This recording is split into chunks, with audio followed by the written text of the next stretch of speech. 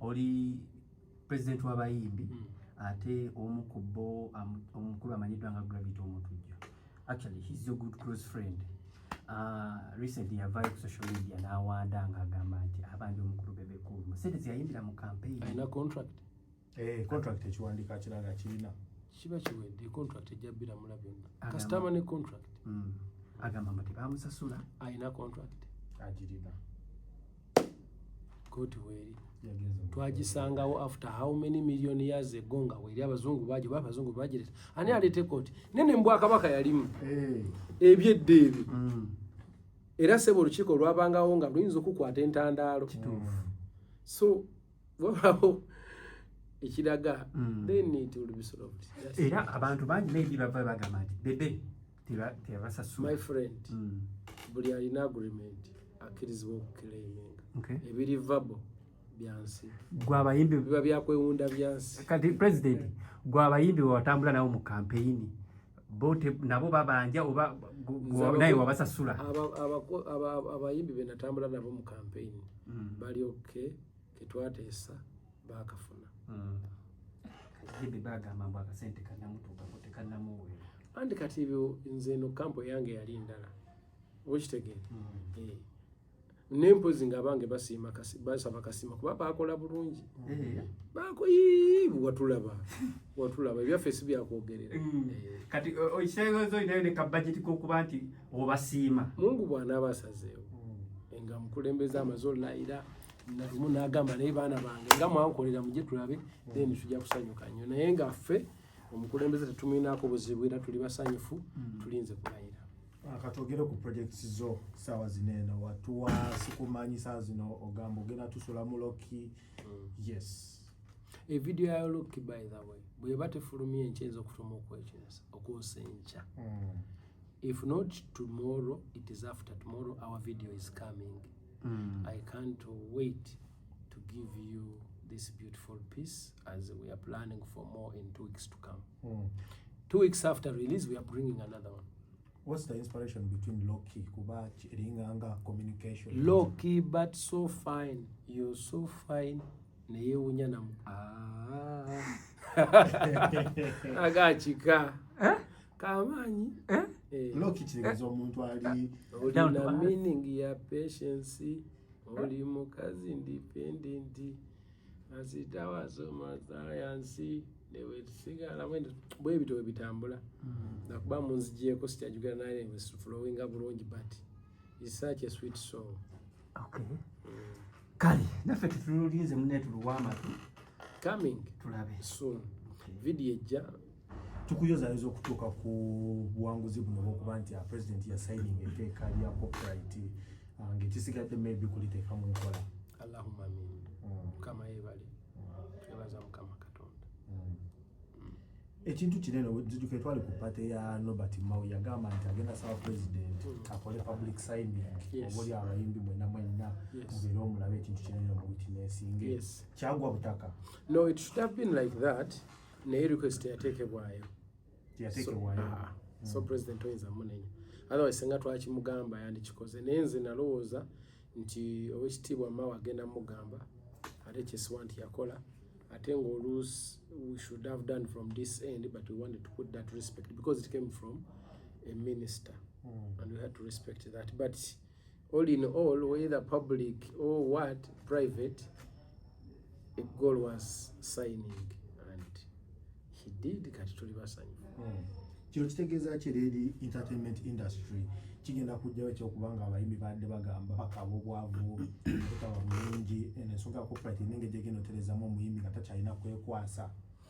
Ekisookera ddala copyright eno etuwa obwannannyini ku biyiye byaffe nga bw'onalaba ekyapa bwe kiba obwannannyini ku ttaka ly'omuntu. Okitegedde ekyo kyokka gukubamu ekifaananyi senga amataka gano gaali tegaliiko bwannannyini ng'oli teri kiraga nti yennyiniwo. Oba okitegeera wadde akalagaano yadde kikyandibadde ki kyandiba wadde ettaka lya jjajjaawo yalikuwa naye bw'oba tolina kiraga linza obutabalira omuntu yenna asobola okujja n'akolerako kyayagala. Naye kati olwaleero mala okuyiya oluyimba lwange ate mba ne certificate eraga nti lwange. Oba okitegeera era ne wabayo n'etteeka erikwata oyo ayinza okukozesa ebiyiye byange nga tafunye consent oba olukusa okuva gyendi.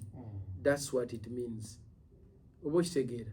Kati omuntu yenna ndaba ayinza okutandika okugaziya ng'asinziira ku bigambo bye njogedde kati. Copyright kino kitegeeza your works okubeera copyrighted oba okubeera protected out there nga it can only be used when you are in the know. Oba okitegeera in all perspectives of music usage and copyright protection.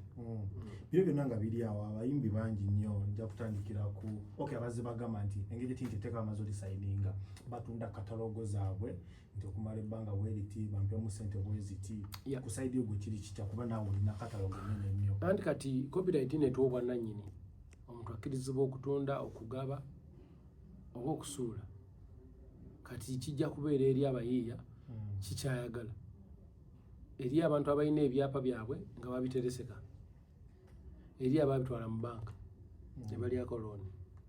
So kisinziira oyagala ki on your side. Gwe kati gwe nze ng'omuntu haven't signed with anybody nagaana okusayininga ne record labels after giving me a lot of money.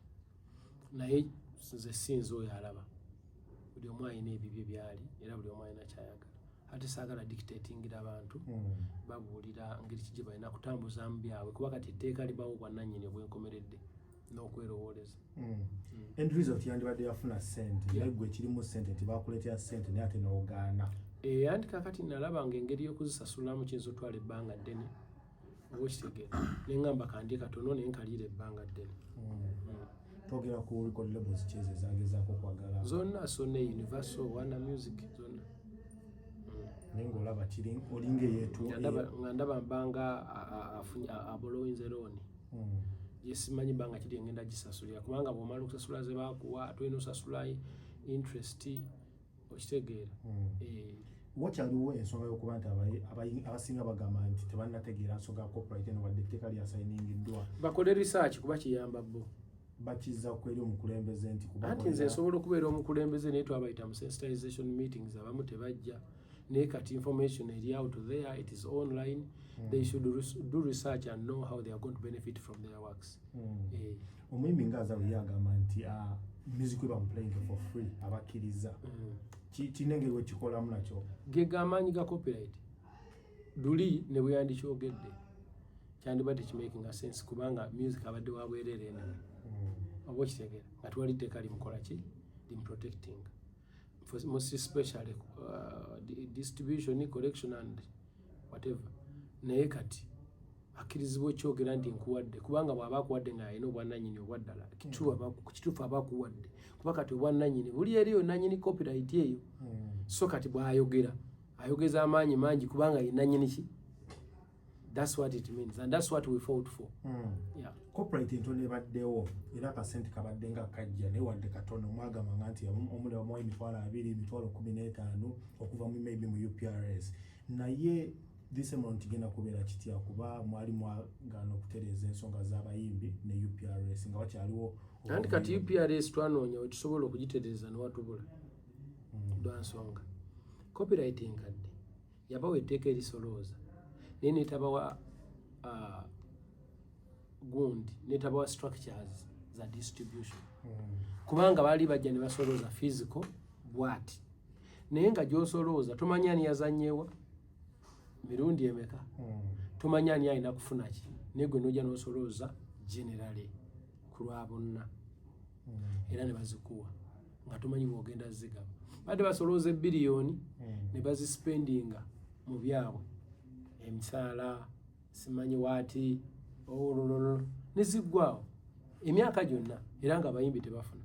But this time around it is digital and we have both physical and digital machines ezigenda okutuyambako okumanya ani yazannyewa mirundi emeka budde ki ne tumanya minutes nti omuyimbi bw'ati alina minutes emitwalo 10 countrywide.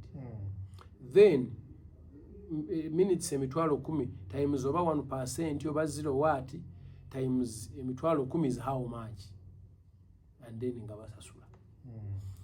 The entire catalogue eyinza okubeera ne minutes 1,010,000 kati batandika okuwa Shiba ayinako mmeka ono ayinako minutes mmeka oli ayinako minutes mmeka ono ayina minutes mmeka and minutes zono ziri accumulated to how much equivalent to how much and stuff.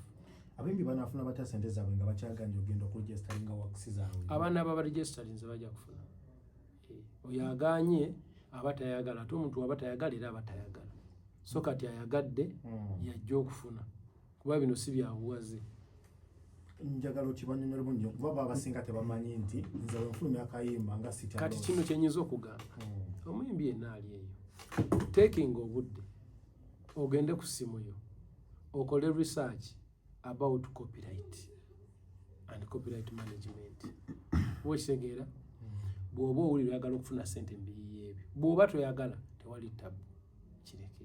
Bw'oba tobimanyi funa omuntu yenna amanyi obanga looyo obanga ani akikulage nti kitegeeza kino onfunira wano ofiirirwa wano oba oyisukiriza kati gw'okole decision from an informed point of view. But now it is a law teeka omuntu takkirizibwa kukozesa works za munne. Omuntu bw'agenda na painting ekifaananyi kye eby'omukono tokkirizibwa genda n'okyozaamu n'akusanga ng'otunda zikopi ku luguudo nga tewamutegeezaako. Kasita abeera ng'ekyo ekisiige yagera n'akirigisitalinga bwe yamala okikola yagirigisitalinga ng'alina ekiraga nti ennyini kyo ye first owner era it came from their intellectual property intellect oba intellectual. Kati obwannannyini bw'amala obufuna nga registerinze nga bwona nze nkukolera example ya kyapa. Bw'oba olina ekyapa omuntu asobola kujja n'ateekako nte ezo nga takugambye nti bali nsaba kulundirako wuwo. Ekyo kitegeeza teri muntu akkirizibwa kukozesa luyimba lwo nga takugambye. Naye ate gwe okkirizibwa oddukwata n'olusula mu space ayagala n'akozesa nga bw'akola ki azira nga azigwa ekyo ky'oyagadde. Yes. Katogere ku ka management system kaneno kanyange wakatulaze oba oli abasinga badde balowooza nti omuntu mulala yandibadde akabalaga oba naddala Dr. Yula Mwanya agamba nti lwaki gwe afuddeyo okubanga okatulaga nti lwaki tebaavayo maybe ne babuuza abantu abayiiya ab'enjawulo nti musobola okuleeta maybe ekintu ekiyinza okukola oba application oba bwe kityo. Katwogere ku nsonga eyo. Consultations zino zasooka ne zigowinga on. Law reform yalaga abantu ebintu bino. Kyensuubira okubanga ne Mwami Hilda Mani akimanyiiko ne babulira about the law. Okitegeera? Ekyokubiri there is no way tusobola okufuna track record nga tetulina machines zigenda kuwuliriza. Okitegeera? Tulina okuba nga tutaapinga kuki ku waves ezo okusobola okumanya ani azannyewo emirundi emeka. Okitegeera? Ekyokubiri abakulembeze ba groups ez'enjawulo bonna baali consulted. Oba okitegeera? Akantu kaneno kavuddewo kuba abasinga batunulira nnyo ekyokuba nti tekayinza kubeera temporary. Ekisooka abantu abamu tebekkirizaamu naye abantu baffe kati abaana abaffe ba benchmarkingira wano ne Bulaaya ne balaba nga akantu kajja kukola. Tusooke tukawa obudde tuleke kagenda kukola tutya then we talk from there. Naye bifo nga tekalina kye kaakoze tutandika tekajja kukola nze ndaba nga tekasobola katusooke tukalinde kafeeringa oba kakole then we talk from there. Kubeera ne bwe kanaaba kakoze oba tekakoze we shall improve slowly because there is no any easy beginning. Yeah. For instance, wano katugambe wano bbaala ne mukateekamu nnyini bbaala bw'akaggyako mutegeera nti yakaggyeko. Andi kakati olwaleero it doesn't matter kubanga nannyini bbaala okajjako n'obutakajjaako tekirina kyekikola kyekimuyamba. Number one, abantu bagenda kuba system eno kye baakoze government agencies is collecting omusolo zakwataganye okulanga ziyambako kubanga ne government egenda kujjako omusolo copyright eno. Buli bbaala egenda kusasula ebadde esasula license mu local government sente za copyright bagenda ziganda as long as okozesa music nga akuyambako ku business yo genda maaso commercial purposes. Kitegeeza balina oteekawo akuumaako tebakateekawo mbu bajje bakugambe ozanyisiza bwotituwe. Sente zobadde osasula omwaka bagenda zigatta ku license gwejja kuba wasasula dda oba tokateekako ebyo bibyo. Oba okitegeera n'essente ojja kuba wazisasula dda ng'okkaleka ne kabaako ekyo kyabwa patriotism kiyamba ku bantu bano kumanya ni yazannya eddi mirundi emeka era afuna ati sikiwa lwaki oba olina akaji kupozi ng'olina bubeezi natima kuba oba wasasula ddenewo oba okitegeera so radio ogamba nti njazanya oluyimba lwa gundi oba lwa gundi ekyo kiri gye bali naye bwe bajja kuba basasula dda UCC kwate sente ziwe UPRS kati gwe omanyi oba ozannya ani oba ani gw'otazannya wasasula dda enewe bw'oli otandika federation eno olina ebiruubirirwa byoli wagala okutandikira oba ebintu byoli wagala okukolako ng'ebimu ku byo corporate katugambe nti engeri ki nti etteeka limaze osayiningibwa Eddie Kenzo byonna buli kimu kyonna kyeyayagala kiwedde abayimbi n'obubajjako engalo omaze oba wakibeetaaga no nze ndirako ennyo omulimu gwe bantu mu kukola nagumaze era ekisanja bwe tunaggwako tujja kutuula nabo nze mbabuulire oba nkyayagala okugenda mu maaso nabo bambuulire oba bakyaneetaaga tulabe ate ekyo ekiddako otherwise tusobola okuba nga federation tugikwasa obukulembeze obulala bwe baba nga basazeewo obanga nze kyensazeewo nga nze omuntu nga sazeewo mpumulemu naye kati because I'm still serving waliwo byesobola kuvaayo okwogera in case obukulembeze bukyuse president wa federation will you be able okuyambako oyo omuntu anaaba akuddidde embiri 100%. Federation is one of the biggest blessing we have ever got. Senga tetwali nabo mu buno unity we shouldn't have achieved this big. So obutabaona structures emabega woneze eziri legit kyatuletera okubeera disorganized for a long time kuba buli omu yalwananga yekka n'ebibiina by'abayimbi ebyabangawo abantu tebabiteekanga mu maanyi okitegera kubanga ebimu byali birakenganga credibility yes naye kati because bano bazze federation ezze en association ezikwata eggwanga ddamba buli muntu akkirizibwa oteekamu ekirowoozo kye it is real and tugambe nti ngera bw'ogambye nti gwolina bubeezi mukisa kubeera nti abayimbi ab'enjawulo babadde nga bajja bakigezaako okuba nga balwanira corporate eganye Eddie Kenzo zze okoze ekintu buli omu kyabadde tasuubira ekisooka nze kye nasooka okumanya abantu bano baali basaba copyright government baali bagisaba bubi abamu baali balagira bulagizi abalanga bakozesa force ekyokubiri nga ne gavumenti tebagibuulira copyright kyeki bano abantu abali mu gavumenti abamu basayansa abalala batekinologi nebiki abalala basoba political something abala ebya bino tebabimanyi kyali kyetaagisa omuntu wa art okuva agenda abannyonnyole mufunira wano mufiirirwa wano ffe ba artist tufiirirwa wano ate tufunira wano omuntu wa copyright mufuna muti ate bwekiti ekyokubiri okujja politics mu bintu ebiri serious nti abantu bonna baali political ng'oli avaayo n'agamba copyright naye nga si kyategeeza ng'ayagala kulabisa akyogera agisaba kifuba baleme gimuwa agambe mubalabye babi ffe ne tugamba no mulina okujja politics ebintu byaffe ebitutwala mu maaso ne tujja netutandika okwogera ku nomo talk ya namunnauganda yenna atalina political interest nti nze njagala copyright ebiyiye byange njagala bifuna obwannannyini sigikubanja olw'okuba njagala abantu bakitegere nti tewagimpa baleme kulondo babalonde nze naye nkikugamba nga munnauganda ayagala okufuna omusolo agusasule gavumenti ngatte ku economy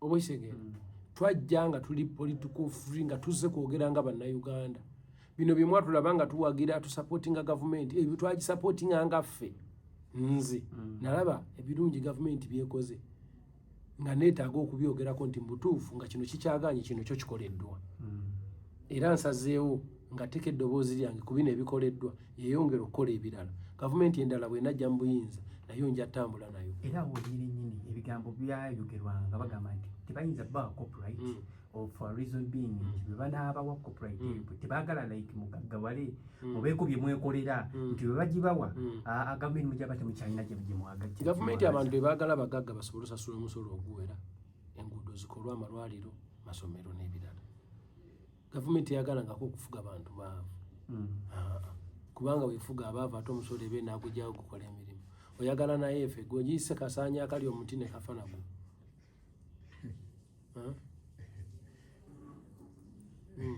President, sawa zino tutunidde ensonga ya Vice Worship Kalonji era nsonga za corporate nti ali kusikangana omuguwane abatiyenesi era ku nsonga ya music nga president mwenne ensonga eno ogenda gimuyambako okulaba nga maybe works oba musical yenna amuddira ekijjo bayamba contract ebiri mu contract basayininga kikigamba kikooti kwejja okutunula esale oba kiri in favor of which side oba which side as long as there is a contract nga contract yogera nze nkimanyi kooti kyejja okugenda nakyo twalabye yatandise podcast gwe nga president oyinza kyogera alinga alaga nti munnefe emirimu gyaffe osanga oba oliawo emirimu agitwala emirimu tagitwala naye asobola okubeera nga muyimbi naye ng'ate yandyagadde okubaako kyasomesa oba okitegeera ekyo tekitegeeza kubba mulimu gwa munnamawulire yenna kubanga ye it is a podcast okitegeera ate akkirizibwa okukola kyonna kyayagala ng'omuntu yenna omulala kubanga namwe teri yabawa tteeka likola bino tetulinabeera muggulu era mukkirizibwa n'oyimba abamu ku bannamawulire bayimbi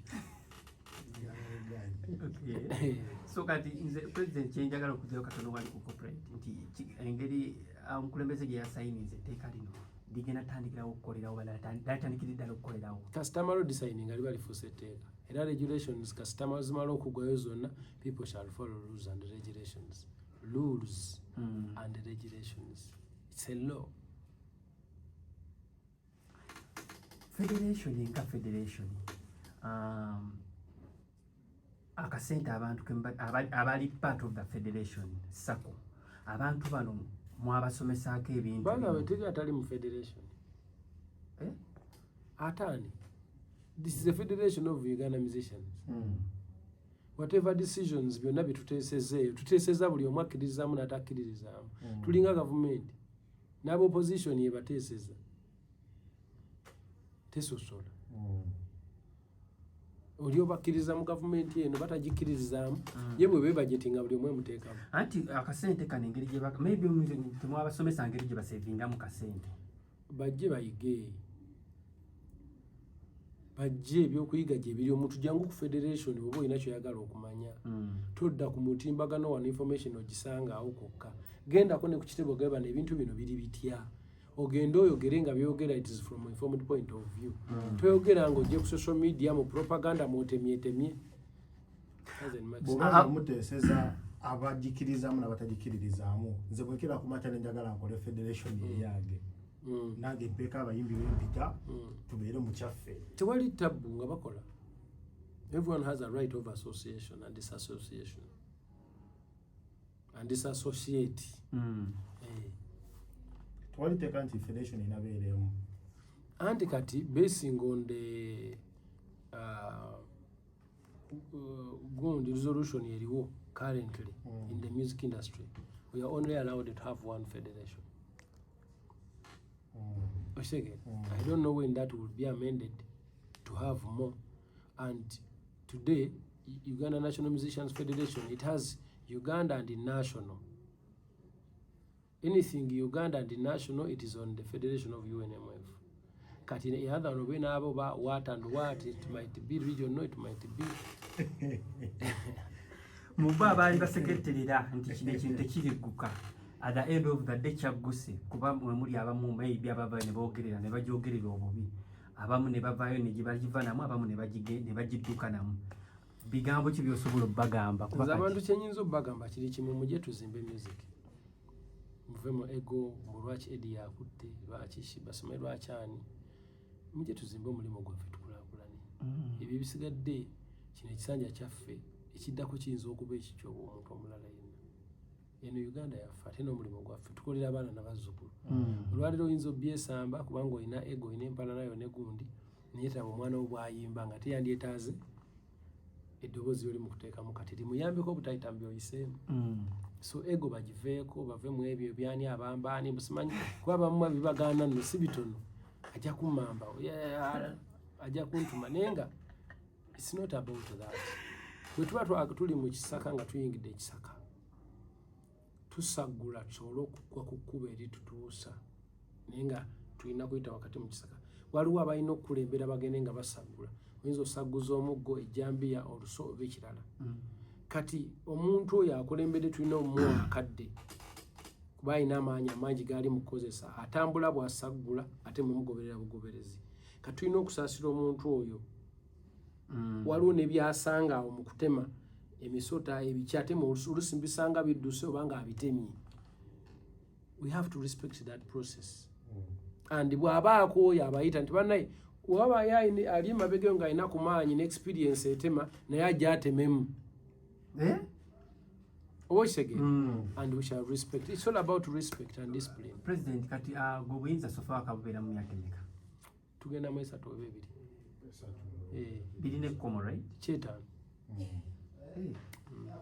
So kati goli redo bba waamu bwe baba nze ndi muntu akkiriza mu maanyi agawamu ba mu ddoboozi eryawamu abantu babeera bangi ne basalawo ekintu olina otambula nakyo. President kulikayo mu birthday run ekololo ebbanga lyomaze mu bukulembeze bunene twali tumanyi nti ebintu ebimu byakyukamuko olina kukumiwa emmundu bano baggeto yiti banene abalinaku bano nga tokyali nnyo naye nakulaba n'ebiso bisala nga omupraisinga nnyo abaana ba ggeto eno kusaidi eno. Nze nava mu ggeto ate era nga nkyaliyo kubanga eriyo abantu bange okitegeera kuba gye nakulira so ffe mu ggeto tukyaliyo kubanga eriyo abantu baffe kati lunaku we lukya netutambulako nabo teguba musango olunaku ne lukya ne tuddayoko tubalambuleko tulye nabo nobuga nti tukatuleyoko si kibi. Anti ng'egyo oli omukulembeze otambula n'omuntu aba akoze ekikolwa. Anti eyo gye nava senga nali nava kololera gye nandibadde ntambulira mu bagagga. Senga nali nava kololera senga gyonsanga naye kuba nava mu ggeto ye wali abantu bange era mbanzizeeyo kubalabako. Abantu bano gwe nga gwe tosobola kuba tuzaako bino babulirako ku bintu ebimu byebandibadde tebakola nebandibadde bakoze eki nti kati nga kukuba abantu kuba nze be nali nabo sinna muntu gwe nalaba baakuba ekkololo.